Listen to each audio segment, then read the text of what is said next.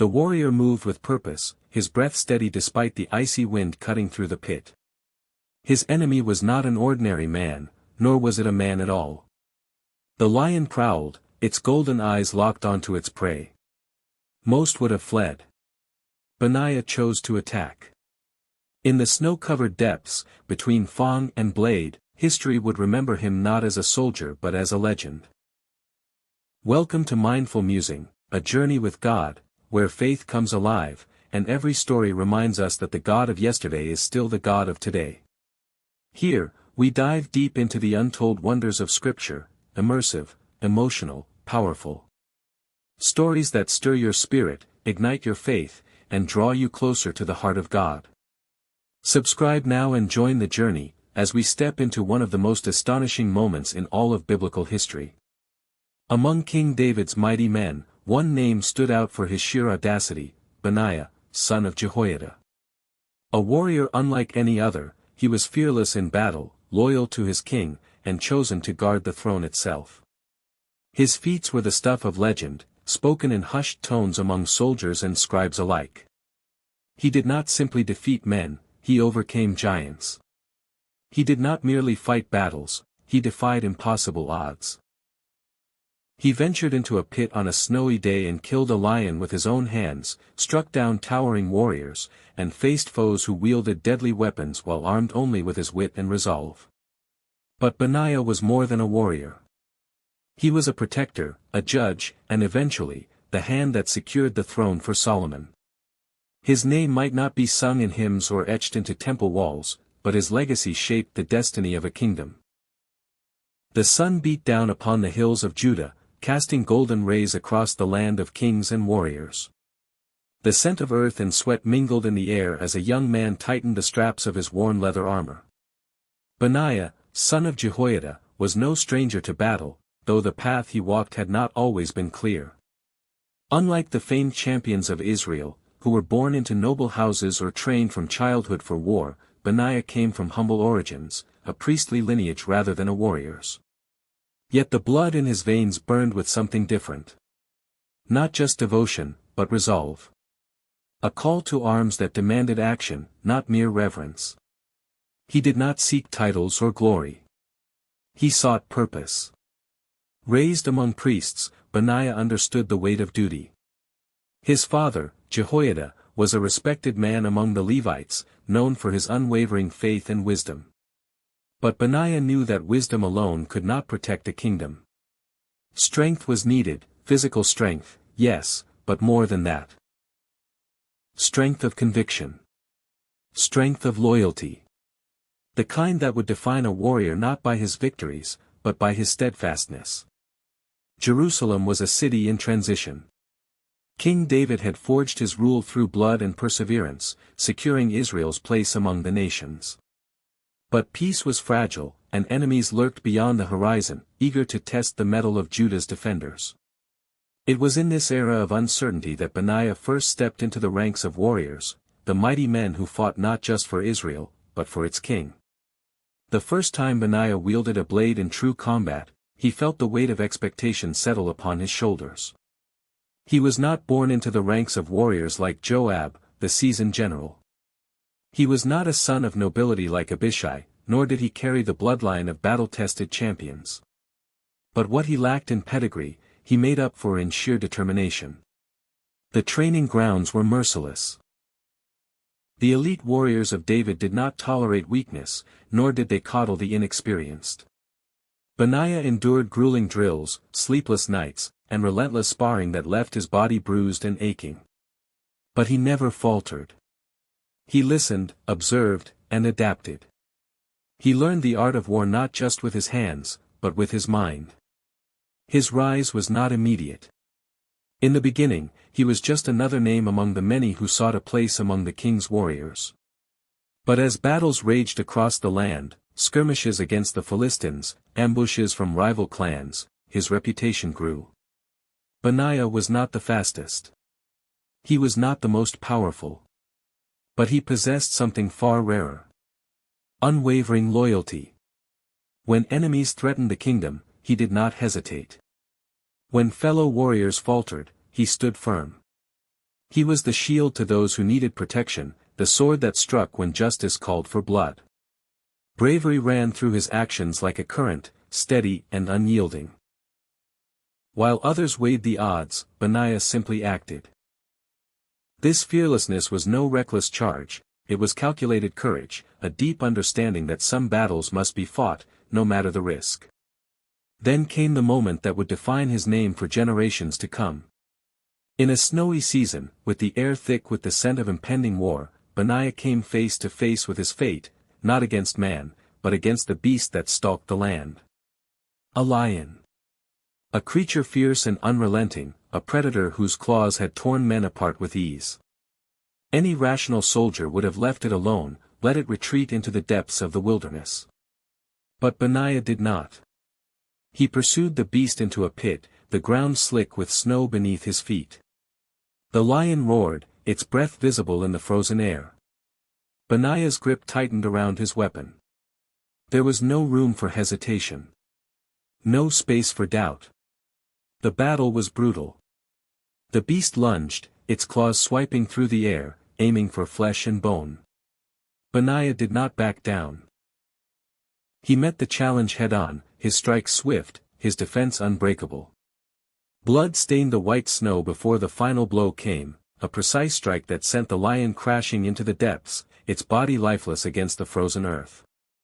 Benaiah emerged from that pit victorious, his body bloodied but standing tall. He had done what no warrior before him had dared, he had slain a lion in the dead of winter, in the depths of the earth, with nothing but his own skill and determination. Word spread quickly. The name of Benaiah was spoken among soldiers, whispered among the people. But it was not just the lion that cemented his place among King David's warriors. It was his unshakable discipline. His ability to assess threats, to strike with precision rather than brute force. His reputation grew beyond the battlefield. The mighty men recognized not just his ability to fight, but his ability to lead. As time passed, Benaiah did not seek personal glory. While others boasted of their victories, he remained steadfast in his duty. That unwavering focus did not go unnoticed, especially by King David himself. David needed warriors he could trust. Men who would defend the kingdom not for personal gain, but for loyalty to something greater than themselves. And in Benaiah, he found exactly that. When rebellion threatened David's rule, Benaiah did not waver. When traitors conspired against the king, he stood against them without fear. He fought not only with steel but with conviction, proving time and time again that his loyalty was unwavering. His rise was inevitable. First, he became a trusted warrior among the king's elite. Then, he was granted authority over the palace guard, the protector of the throne. His name carried weight, not because of birthright or lineage, but because of his actions. Benaiah, son of Jehoiada, had earned his place not through inheritance, but through fire and blood. And as Israel stood at the crossroads of history, his story was only beginning. The air was thick with tension as Benaiah tightened his grip around the hilt of his blade. The battlefield, a barren stretch of earth littered with the remnants of past conflicts, was now the stage for a clash that would define his name among Israel's warriors. Moab had long been a thorn in Israel's side, its warriors ruthless, its kings defiant. And now, two of its mightiest champions stood before him, towering men, broad-shouldered and hungry for blood. They carried weapons meant for destruction, curved blades that gleamed in the midday sun, their edges sharpened for the kill. Benaiah inhaled deeply, steadying himself. This was no ordinary fight. It was a test, a challenge that, if he survived, would cement his place among David's elite warriors. It had begun with a message from Moab's camp. Their champions had stepped forward, demanding single combat. It was a tactic meant to intimidate, a display of strength designed to shake the resolve of Israel's ranks. None among David's men had volunteered to meet the challenge, until Benaiah stepped forward. He did not do so out of arrogance. He did not seek glory or the admiration of his peers. He stepped forward because someone had to. As he walked onto the battlefield, he studied his enemies carefully. Their movements, their stance, the way they shifted their weight. The Moabites were skilled, they carried themselves with the confidence of seasoned killers. But Benaiah was no stranger to war. He had slain a lion with his own hands. He had fought battles against hardened men. And he knew that victory did not come from sheer force, it came from precision. The first warrior attacked with swift brutality, his blade cutting through the air in an arc meant to cleave Benaiah in two. But Benaiah was ready. He sidestepped at the last second, letting the strike pass harmlessly by before driving the hilt of his sword into the warrior's ribs. The Moabite staggered but did not fall. He was strong, resilient. He recovered quickly, launching another strike, a downward slash aimed at Benaiah's shoulder. Benaiah blocked the attack with his forearm, feeling the impact reverberate through his bones. Pain shot up his arm, but he ignored it, using the force of the blow to propel himself forward. He drove his knee into the Moabite's stomach, then followed with a vicious slice across the enemy's thigh. The warrior stumbled. His grip loosened. And in a final, decisive moment, Benaiah plunged his blade into his opponent's chest. The Moabite gasped, his body stiffening before crumpling to the ground. One down. The remaining champion wasted no time. He lunged at Benaiah, his attack fueled by fury. He was faster than the first, his strikes more unpredictable. Benaiah barely had time to react before he was forced into a defensive stance, blocking blow after blow, his muscles burning with exertion. The Moabite was ruthless, pressing forward with relentless aggression.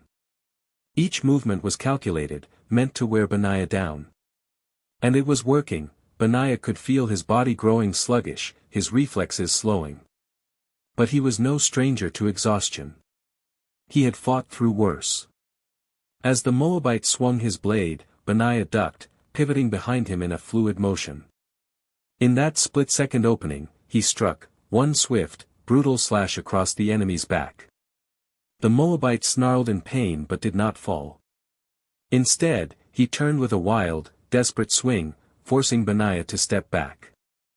The fight dragged on, both men moving like two forces of nature locked in an unbreakable dance. But Benaiah knew that hesitation could be fatal. He could not afford to let the battle stretch on much longer. Then, he saw it, an opening. For just a fraction of a second, the Moabite left his side unguarded.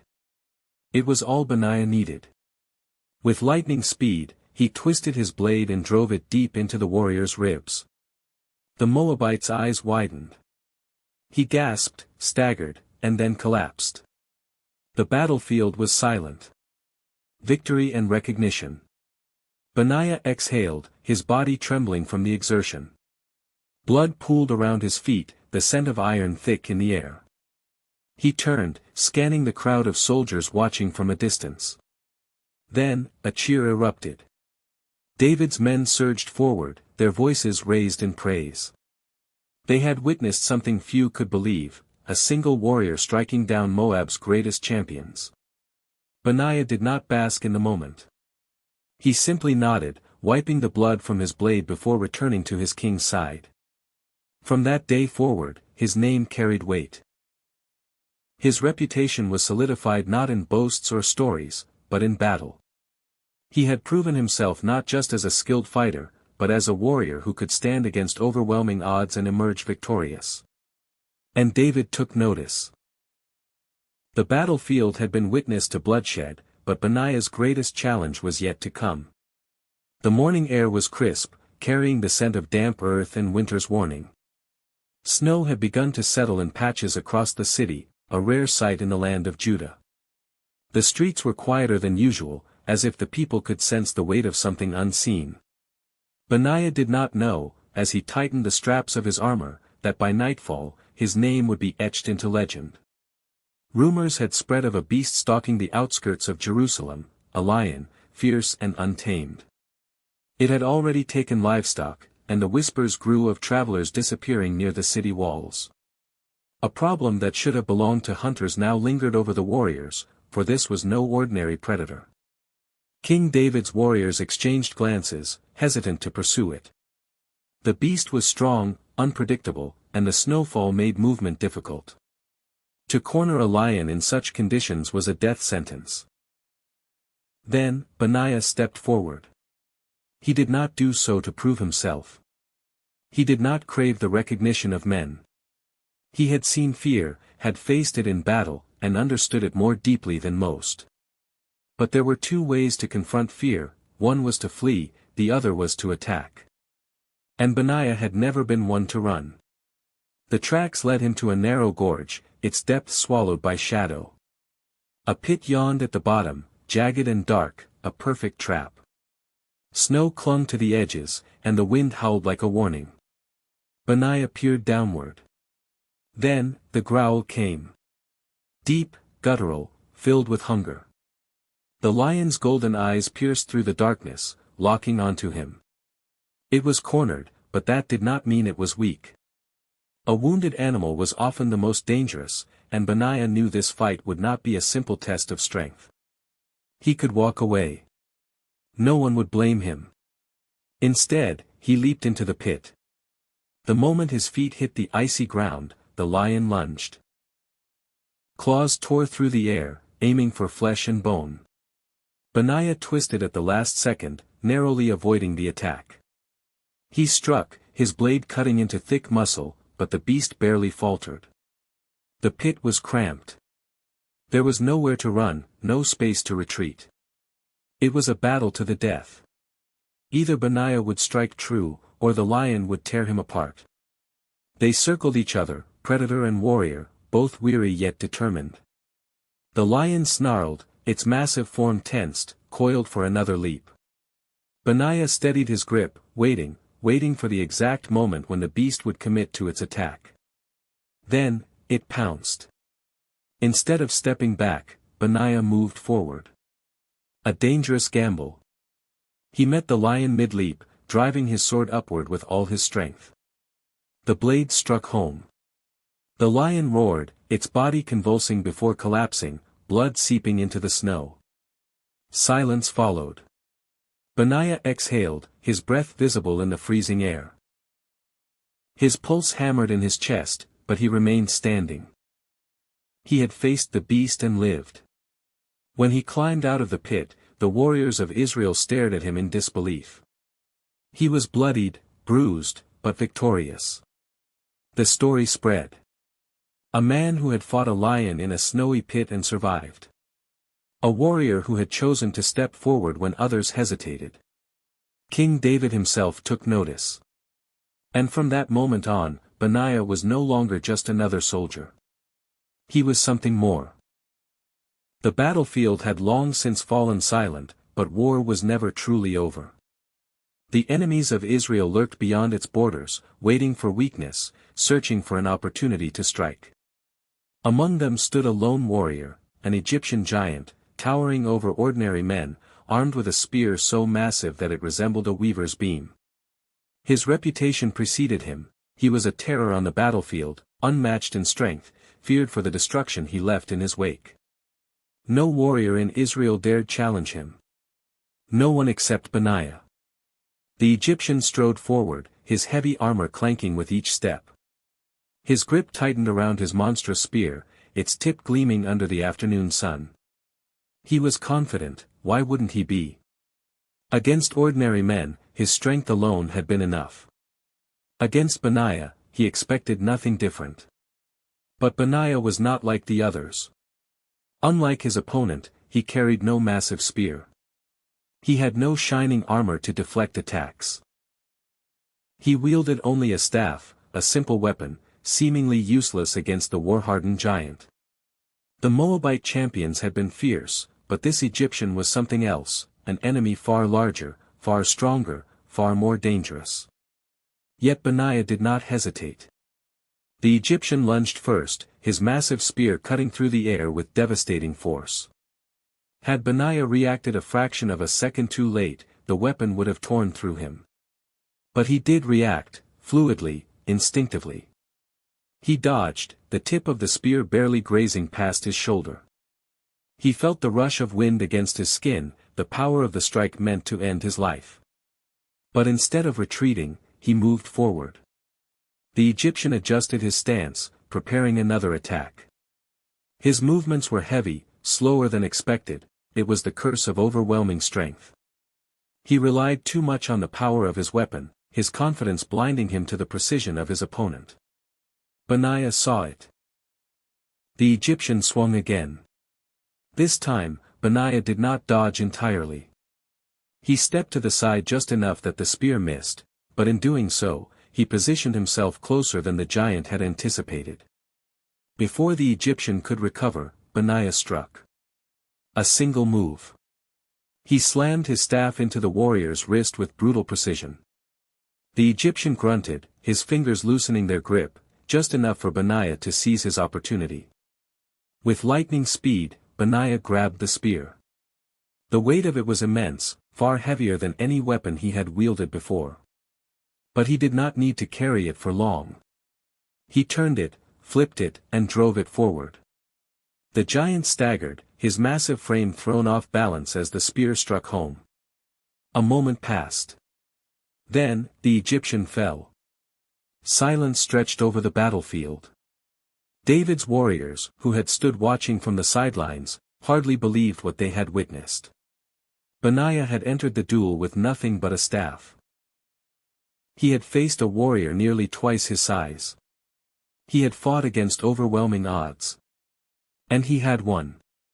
This battle would be spoken of for years to come, not just as a tale of victory, but as proof of Benaiah's strategic brilliance. Strength alone did not determine the outcome of a fight. It was intelligence. Precision. The ability to see beyond brute force. And that was why, on this day, Benaiah's name was carved into the annals of legend. The battlefield had tested Benaiah in ways few could comprehend, but his greatest challenge was yet to come, not against warriors or beasts, but in the treacherous halls of power.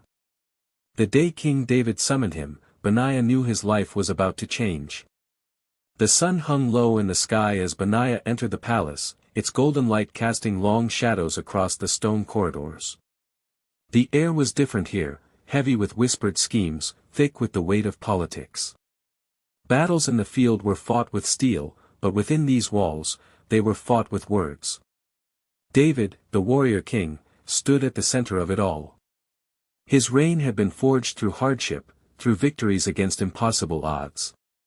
But now, with his kingdom established and his enemies subdued, the greatest threat came from within.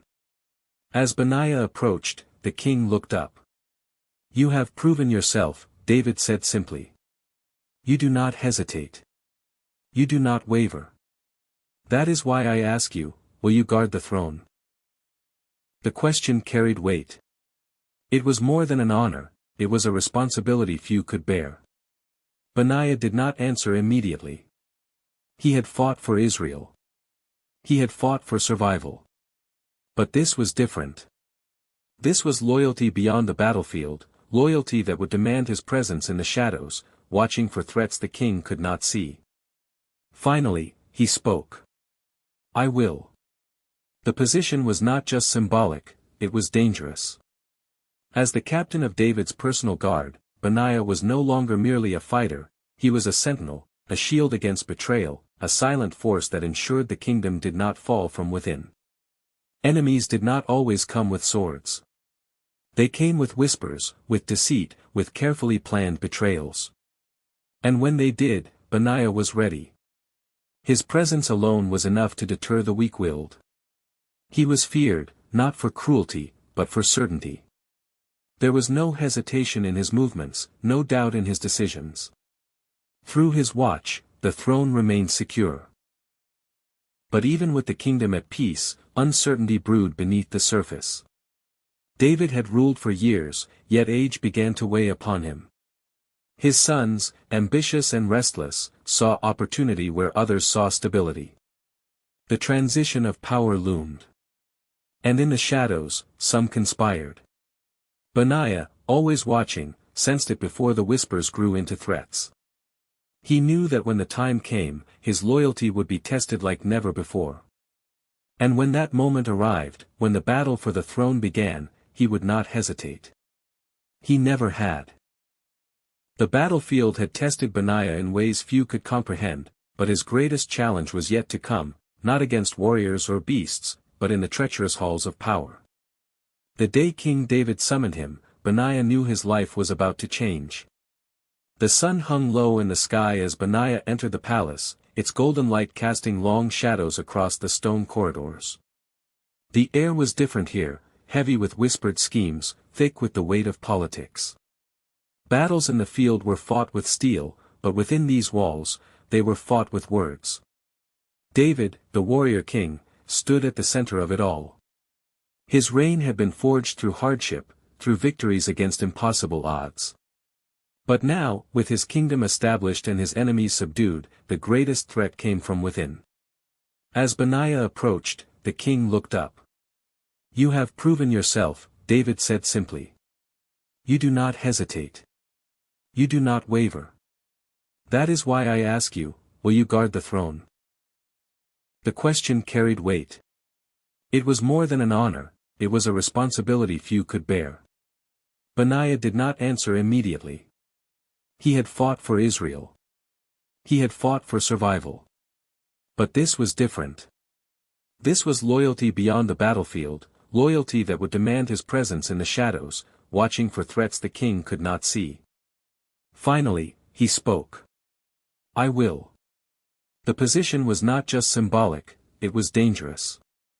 As the captain of David's personal guard, Benaiah was no longer merely a fighter, he was a sentinel, a shield against betrayal, a silent force that ensured the kingdom did not fall from within.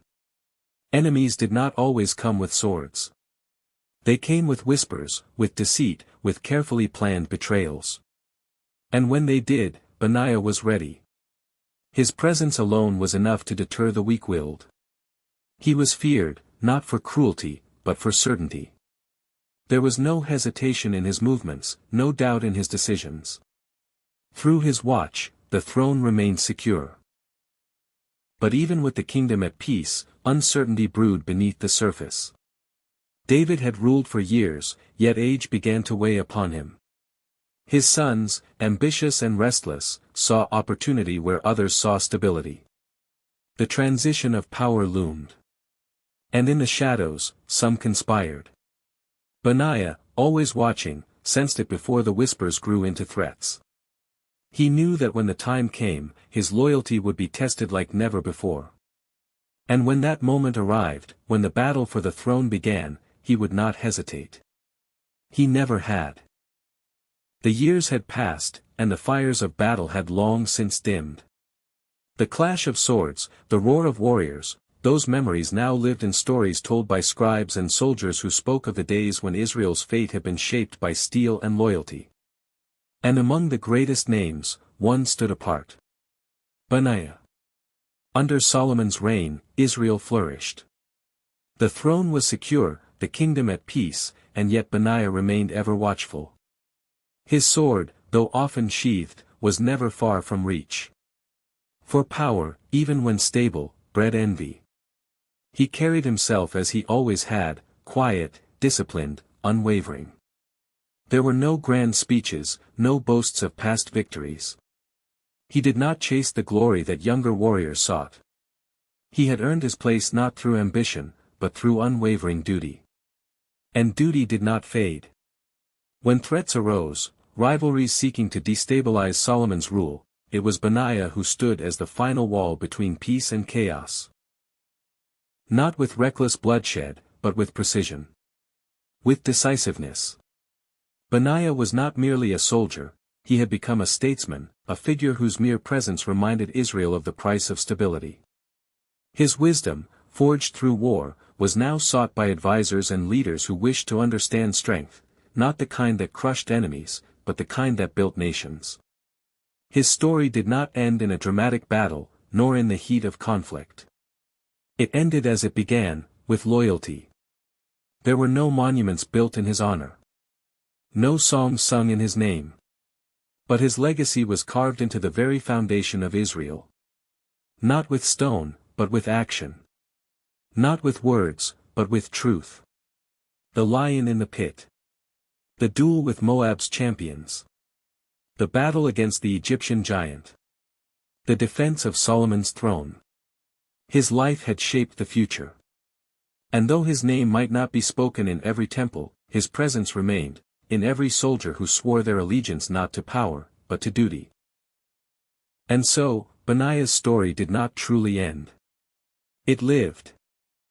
Benaiah's journey was not defined merely by the battles he fought, but by the unwavering principles he carried. From the snowy pit where he slew a lion to the throne room where he secured Solomon's reign, his story was one of unshakable loyalty, courage, and wisdom. Unlike warriors who sought glory for themselves, Benaiah understood that true strength was not in conquest but in protecting what matters most, a kingdom, a leader, and a vision for the future. He did not hesitate. He did not waver. And because of him, Israel stood unshaken as Solomon ascended the throne. Though time faded the sound of battle, his legacy endured, whispered among warriors, preserved in history, and reflected in every leader who stands with honor and conviction. The tale of Benaiah reminds us that greatness is not just found in victory, but in the choices we make in moments of uncertainty. He was more than a soldier. He was a protector, a strategist, a leader whose name carried weight not because of his status, but because of his actions. In an era where strength was often mistaken for brutality, Benaiah embodied righteous power, the kind that builds, defends, and stands unwavering in the face of doubt. Let his story be a testament to the kind of courage that does not fade with time, the kind that defines true warriors, not by their weapons, but by their resolve. Benaiah's story speaks to all of us who stand at crossroads, faced with challenges that demand courage and conviction. What battles do you face today? What choices demand your strength? Like Benaiah, you have the ability to define your legacy, not through words alone, but through action. Whether in leadership, in perseverance, or in facing life's trials, the path to greatness is carved by unwavering dedication. Will you step forward when others hesitate? Will you stand firm when tested? Your story, like his, has the power to shape the future.